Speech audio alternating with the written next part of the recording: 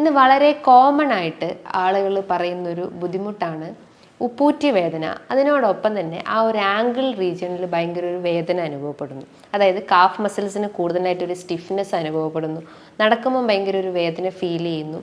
രാത്രി കാലങ്ങളിൽ ഇത് അഗ്രവേറ്റ് ചെയ്തു വരുന്നു.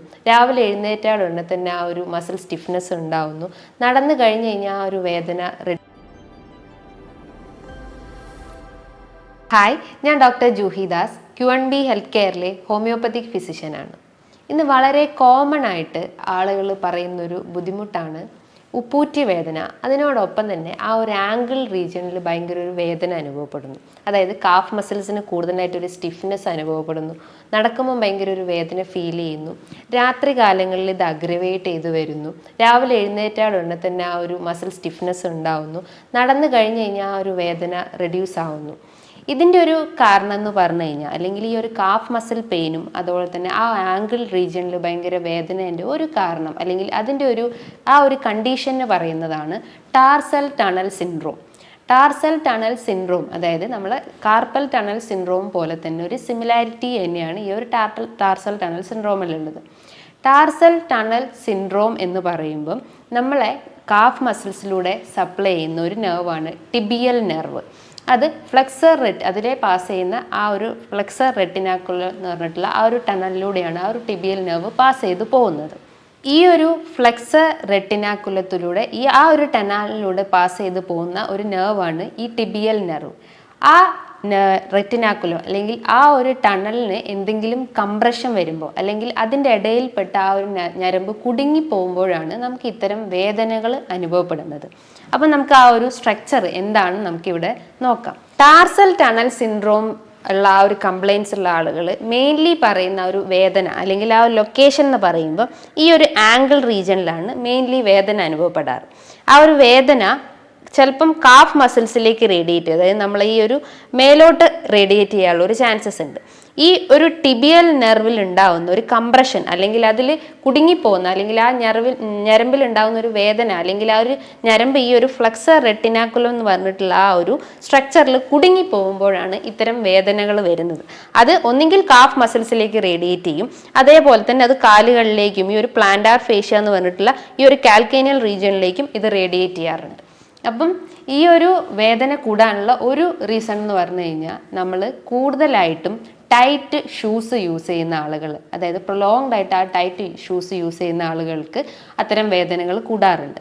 അതേപോലെ തന്നെയാണ് അവർ കൂടുതലായിട്ടും ലൂസ് ചപ്പൽസ് അല്ലെങ്കിൽ ലൂസ് ഷൂസൊക്കെ യൂസ് ചെയ്യുന്ന ആളുകൾ, അതായത് കൂടുതലായിട്ടും ആംഗിൾ മൂവ്മെൻറ്റ്സ് കൊടുക്കുമ്പം അവിടെ നെർവ്സ് ഡാമേജ് ആവും. അതേപോലെ തന്നെ ഫ്ലാറ്റ് ഫൂട്ടുള്ള ആളുകളിലും ഇത്തരം സിംറ്റംസ് കണ്ടുവന്നിട്ടുണ്ട്. അതേപോലെ തന്നെ മറ്റൊരു പ്രധാനപ്പെട്ട ഒരു കാരണം എന്ന് പറഞ്ഞു കഴിഞ്ഞാൽ, ആ ഒരു റീജിയണിൽ സപ്ലൈ ചെയ്യുന്ന മസിൽസ് അല്ലെങ്കിൽ പേശികൾക്ക് എന്തെങ്കിലും ഡാമേജ് വരുമ്പോൾ, അല്ലെങ്കിൽ വീക്ക്നെസ് വരുമ്പോൾ അത്തരം ലക്ഷണങ്ങൾ കണ്ടുവന്നിട്ടുണ്ട്. അതേപോലെ തന്നെ അവരുടെ ശരീരത്തിൽ എന്തെങ്കിലും പോഷകാഹാരക്കുറവ്, mainly vitamin D deficiency, vitamin B12 deficiency ഒക്കെ ഉണ്ടെങ്കിലും ഇത്തരം സിംറ്റംസ് വളരെ കോമൺ ആയിട്ട് കണ്ടുവന്നിട്ടുണ്ട്. ഈ ഒരു ടാർസൽ ടണൽ സിൻഡ്രോം എന്നുള്ള ആ ഒരു കണ്ടീഷൻ്റെ ഒരു വേദന പല അസുഖങ്ങളായിട്ട് തെറ്റിദ്ധരിക്കപ്പെടാറുണ്ട്. മെയിൻലി അവർ ഒരു കാരണം എന്ന് പറഞ്ഞു കഴിഞ്ഞാൽ, അല്ലെങ്കിൽ ആ അസുഖമായിട്ട് നമ്മൾ ഒരു മിസ്മാച്ചിങ് നടക്കുന്ന ഒരു റീസൺ എന്ന് പറഞ്ഞു കഴിഞ്ഞാൽ ഡിസ്ക് കംപ്രഷനാണ്. അതായത് നമ്മളെ നട്ടലിൽ ഉണ്ടാവുന്ന തേയ്മാനം, അല്ലെങ്കിൽ ഇന്റർവെർട്ടിബുലർ ഡിസ്ക് പ്രൊലാപ്സ് എന്നൊക്കെ പറയുന്നു. ഡിസ്ക് പ്രൊലാപ്സ് എന്ന് പറയുമ്പം അതിൻ്റെ ഇടയിൽ ഉണ്ടാവുന്ന ആ ഒരു ടൈറ്റ് സ്ട്രക്ചർ, അല്ലെങ്കിൽ ആ ഒരു റബ്ബറി സ്ട്രക്ചറിൽ എന്തെങ്കിലും തേയ്മാനം വരുമ്പോഴോ, അല്ലെങ്കിൽ അത് ഡിസ്ക് ബൾജ് ആവുമ്പം അതിനോടനുബന്ധിച്ചിട്ടുള്ള ആ ഒരു നെർവ്സ് ഡാമേജ് ആവും, അല്ലെങ്കിൽ അതിന് കംപ്രഷൻ വരുന്നു. അപ്പം നമുക്ക് കാലുകളിലേക്ക് വേദന ഇറങ്ങി വരാം. അതിൻ്റെ ആ ഒരു കണ്ടീഷന് പറയുന്നതാണ് ഷിയാറ്റിക്, അതായത് ഷിയാറ്റിക് നെർവിൽ ഉണ്ടാകുന്ന ഒരു കംപ്രഷൻ എന്ന് പറയുമ്പം ഇത്തരം വെർട്ടിബ്രാസിൻ്റെ ഇടയിൽ, അല്ലെങ്കിൽ കശേരുക്കൾക്കിടയിൽ ഈ നെർവ്സ് കുടുങ്ങിപ്പോകുമ്പോഴാണ് ഇത്തരം വേദനകൾ അനുഭവപ്പെടുന്നത്. മെയിൻലി അത് ലെഫ്റ്റും അല്ലെങ്കിൽ റൈറ്റിലും അത് അനുഭവപ്പെടാം. അതായത് നമ്മളെ ബട്ടക്സ് റീജിയനിൽ തൊട്ട് കാഫ് മസിൽസിൽ വരെ ആ ഒരു വേദന റേഡിയേറ്റ് ചെയ്ത് വരുന്നു, അല്ലെങ്കിൽ താഴത്തോട്ട് വേദന ഇറങ്ങി വരുന്നതിനെയാണ് ഷിയാറ്റിക്ക എന്ന് പറയുന്നത്. അതേപോലെ തന്നെയാണ് അവർ തെറ്റിദ്ധരിക്കപ്പെടുന്ന ഒന്നാണ് ഉപ്പൂറ്റി വേദന. അതായത് കാൽക്കേനിയസ് സ്പെർ അല്ലെങ്കിൽ പ്ലാന്റാർ ഫേഷ്യേറ്റിസ് പോലത്തെ പ്രശ്നങ്ങൾ. കാൽക്കേനിയസ് സ്പെർ എന്ന് പറയുമ്പോൾ നമ്മളെ പാദത്തിൻ്റെ അടിയിലായിട്ട് കാൽക്കേനിയം എന്ന് പറഞ്ഞിട്ടുള്ള ഒരു ബോൺ ഉണ്ട്. ആ ബോണിന് ഒരു എക്സ്ട്രാ ഗ്രോത്ത് വരുമ്പോൾ അല്ലെങ്കിൽ അതിനൊരു കൂടുതലായിട്ട് ഒരു വളർച്ച വരുമ്പോൾ നമുക്ക് കാലിൻ്റെ അടിയിൽ ഒരു വേദന അനുഭവപ്പെടാം. കാല് നിലത്ത് കുത്താൻ പറ്റാത്ത ഒരവസ്ഥ വരുന്നു. കുറച്ച് നടന്നു കഴിയുമ്പോൾ അവർക്ക് ആ ഒരു വേദന കുറയാൻ അല്ലെങ്കിൽ അമിലോറേറ്റ് ചെയ്യാനുള്ള ഒരു ചാൻസസ് ഉണ്ട്. അതേപോലെ തന്നെയാണ് പ്രമേഹ രോഗികളിലും ഇത്തരം വേദനകൾ കണ്ടുവന്നിട്ടുണ്ട്. അതായത് നമ്മളെ കണങ്കാലിലും അല്ലെങ്കിൽ ആംഗിൾ റീജിയണിലും അല്ലെങ്കിൽ ഉപ്പൂറ്റിൻ്റെ അവിടെയൊക്കെ ഭയങ്കര വേദന അനുഭവപ്പെടാറുണ്ട്. അപ്പം പലരും ഇത് സംശയിക്കാറുണ്ട്, ഈ ഒരു നെർവ് കംപ്രഷൻ അല്ലെങ്കിൽ ഞരമ്പുകൾ കുടുങ്ങിപ്പോയിട്ടുള്ള പ്രശ്നമാണോ അല്ലെങ്കിൽ വേറെ എന്തെങ്കിലും പ്രശ്നമാണോ എന്ന് സംശയിക്കാറുണ്ട്. അപ്പം ഈ ഒരു ടാർസൽ ടണൽ സിൻഡ്രോം എന്ന് പറയുന്നത് ടിബിയൽ നെർവിൽ ഉണ്ടാകുന്ന കംപ്രഷനാണെന്ന് ഞാൻ നേരത്തെ പറഞ്ഞിട്ടുണ്ട്. അപ്പം അതിൻ്റെ ഒരു പെയിൻ എന്ന് പറയുമ്പം കണ്ടിന്യൂസ് ആയിട്ട് അവർക്ക് ഡേ നൈറ്റ് പെയിൻ ഉണ്ടാവും. അതായത് രാത്രിയിലും അഗ്രവേറ്റ് ചെയ്യും, അതുപോലെ ഡേ ടൈമിൽ ഇത് അഗ്രവേറ്റ് ചെയ്യാനുള്ള ഒരു ചാൻസസ് ഉണ്ട്. പക്ഷേ ഈ പ്രമേഹ രോഗികളിൽ കാണപ്പെടുന്നതും അതേപോലെ തന്നെ ഡിസ്ക് തെന്നിപ്പോയിട്ടുള്ള വേദനകളും അതേപോലെ തന്നെ കാൽക്കേനിയസ് സ്പെർ പോലത്തെ പ്രശ്നങ്ങളൊക്കെ ഉള്ള ആളുകളിൽ ഇങ്ങനെ കണ്ടിന്യൂസ് ആയിട്ട് വേദന അനുഭവപ്പെടാറില്ല. ഒന്നെങ്കിൽ അവർക്കത് രാത്രി കാലങ്ങളിൽ അഗ്രവേറ്റ് ചെയ്യും. അതായത് ഡിസ്കിൻ്റെ പ്രശ്നമുള്ള ആളുകളൊക്കെ ആണെങ്കിൽ അല്ലെങ്കിൽ പ്രമേഹ രോഗികളിലൊക്കെ ആണെങ്കിൽ ഇത്തരം വേദനകൾ രാത്രി കാലങ്ങളിലാണ് കൂടി വരുന്നത്. പക്ഷേ കാൽക്കേനിയസ് സ്പെർ അല്ലെങ്കിൽ ബോണിൽ ഉണ്ടാവുന്ന എക്സ്ട്രാ ഗ്രോത്ത് അല്ലെങ്കിൽ കാലിൻ്റെ അടിയിൽ ഉണ്ടാവുന്ന ആ ഒരു നീർക്കെട്ട്, പ്ലാന്റാർ ഫേഷ്യേറ്റിസ് ഒക്കെ എന്ന് പറയുന്ന ആ ഒരു നീർക്കെട്ട് വരുന്നതിൻ്റെ ആ ഒരു പെയിൻ രാവിലെ അതായത് മോർണിംഗിലാണ് കൂടുതലായിട്ടും വർദ്ധിച്ചു വരുന്നത്. ചില ആളുകൾക്ക് അത് നടന്നു കഴിഞ്ഞ് കഴിഞ്ഞാൽ ആ ഒരു വേദന കുറയാനുള്ള ഒരു ചാൻസസ് ഉണ്ട്. പ്ലാന്റാർ ഫേഷ്യേറ്റിസ് എന്ന് പറയുമ്പം നമ്മുടെ കാലിൻ്റെ അടിയിൽ മസിൽസിന് സപ്ലൈ ചെയ്യുന്ന അല്ലെങ്കിൽ മസിൽസ് ആയിട്ട് ആക്ട് ചെയ്യുന്ന ഒന്നാണ് പ്ലാന്റാർ ഫേഷ്യ. അപ്പോൾ അതിന് എന്തെങ്കിലും ഒരു ക്ഷതമോ അല്ലെങ്കിൽ ഒരു വീക്ക്നെസ് അനുഭവപ്പെടുമ്പോഴാണ് അവർക്ക് ഇത്തരം വേദനകൾ ഉണ്ടാകുന്നത്. ഉപ്പൂറ്റി വേദനേൻ്റെ ഒരു റീസൺ ആയിട്ട് നമുക്ക് പറയാം ഈ ടാർസൽ ടണൽ സിൻഡ്രോം, അതായത് ടിബിയൽ നെർവിൽ ഉണ്ടാകുന്ന കംപ്രഷൻ അല്ലെങ്കിൽ നീർക്കെട്ട്.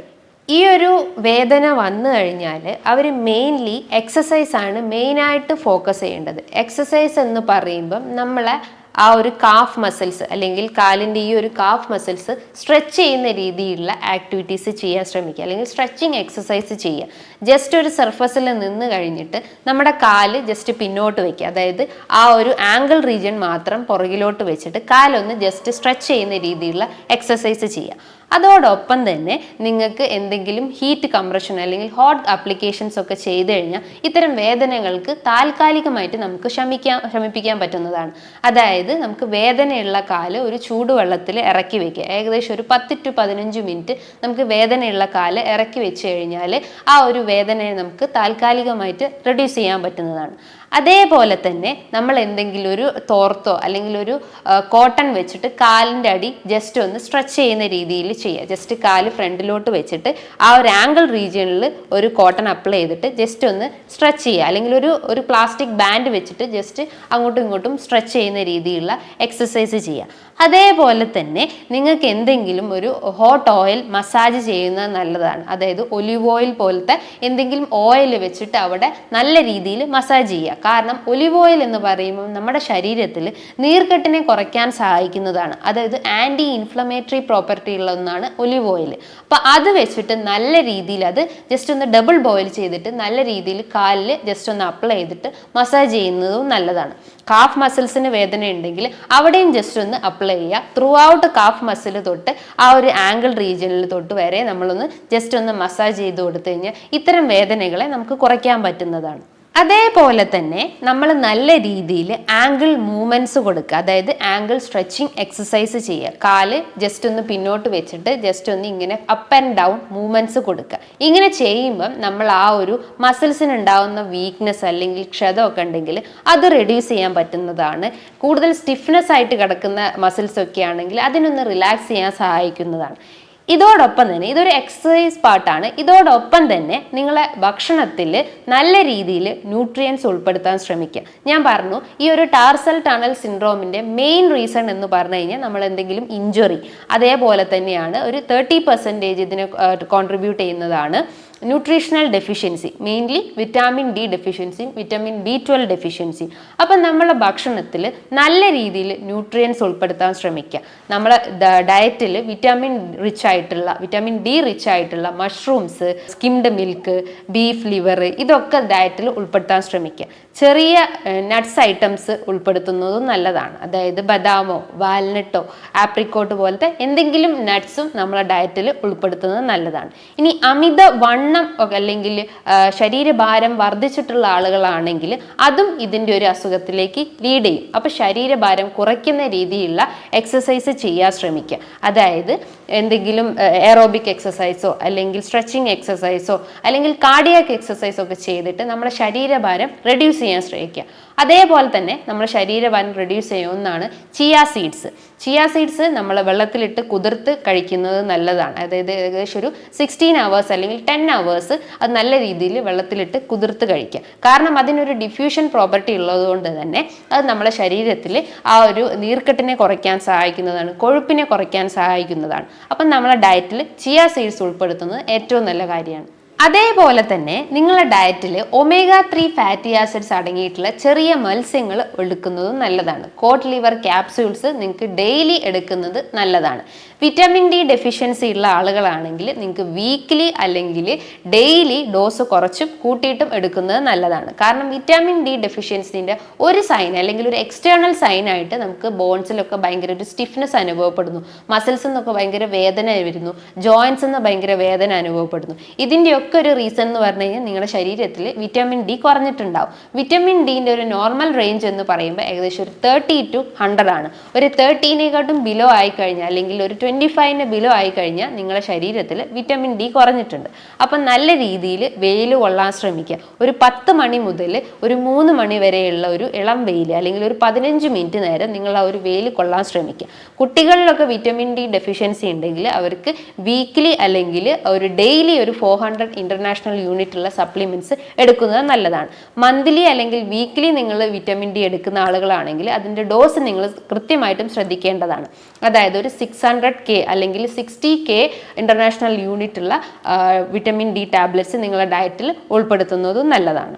ചെറിയൊരു വേദനയാണെന്ന് കരുതിയിട്ട് നിങ്ങൾ ഈ ഒരു അസുഖത്തെ നിങ്ങൾ ഒരിക്കലും നിസ്സാരമായി കാണരുത്. പല കോംപ്ലിക്കേഷൻസും നിങ്ങളുടെ ബോഡിയിൽ ഉണ്ടാക്കാം. അതായത് ഡിസ്ക് കംപ്രഷൻ പ്രശ്നങ്ങളാണെങ്കിൽ നിങ്ങൾക്ക് പാരലിസിസ് പ്രശ്നങ്ങൾ ഉണ്ടാക്കുന്നു. കാൽക്കേനിയസ് സ്പെറിൻ്റെ പ്രശ്നങ്ങളാണെങ്കിൽ ചിലപ്പോൾ നിങ്ങൾക്ക് എന്തെങ്കിലും അതൊരു ക്യാൻസറസ് ഗ്രോത്തിലേക്കൊക്കെ പോകാനുള്ള ഒരു ചാൻസസ് ഉണ്ട്. അപ്പോൾ നിങ്ങൾ ഇത്തരം വേദനകൾ കണ്ടു കഴിഞ്ഞാൽ നിങ്ങളൊരു ഡോക്ടറെ സമീപിച്ചിട്ട് കൃത്യമായിട്ടുള്ള ഒരു ട്രീറ്റ്മെൻറ്റ് സ്റ്റാർട്ടപ്പ് ചെയ്യേണ്ടതാണ്. ഇതിന് ഒരു നെർവ് കണ്ടക്ഷൻ സ്റ്റഡി ചെയ്ത് കഴിഞ്ഞാൽ ഇത്തരം അസുഖത്തെ നമുക്ക് ഡയഗ്നോസ് ചെയ്യാൻ പറ്റുന്നതാണ്. അപ്പോൾ ഇതുമായി ബന്ധപ്പെട്ട് നിങ്ങൾക്ക് എന്തെങ്കിലും സംശയങ്ങൾ ഉണ്ടെങ്കിൽ താഴെ കാണുന്ന നമ്പറിൽ കോൺടാക്റ്റ് ചെയ്യാവുന്നതാണ്. നല്ലൊരു ഹെൽത്ത് ടോപ്പിക്കുമായി വീണ്ടും കാണാം. താങ്ക്